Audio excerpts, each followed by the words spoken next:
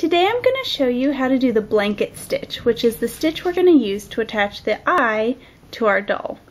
So you'll need your eye as prepared in the pattern, your doll, which has already been stuffed by the time you're putting the facial features on, a sewing needle, and your thread. So I just have a spool of ordinary all-purpose thread.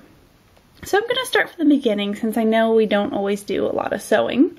I just take the thread and I'm going to thread it through the needle like this and pull it for about, I don't know, let's say 2 feet.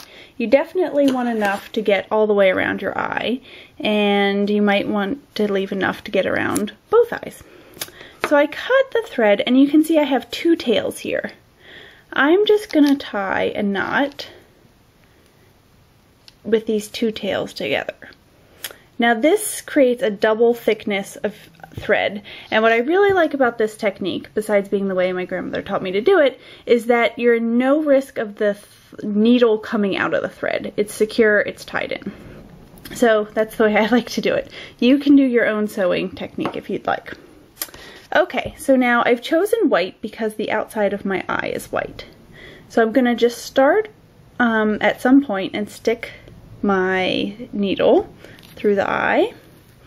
And then before I pull it all the way through, see how there's this little loop here? This loop in between the 2 pieces of thread? I'm just going to stick my needle in, and that's going to secure the thread to your eye. And you can just take that little tail and put it on the inside there. So now I'm ready to start. Okay, all that was preamble. I've already marked where my eye is going to go. So I just marked the lower boundary. Let me look at her square on. I think, how about there?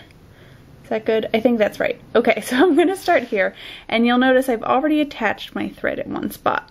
So this is a little different than attaching pieces the way we do in crochet, because you're not going to do a one-to-one correspondence of stitching and stitches that are already present, okay? Sometimes you're going to be sewing through stitches. So I take my needle and I cut a little piece of the crochet fabric and a little piece of the felt, okay? I go through, and now I'm not pulling it all the way through.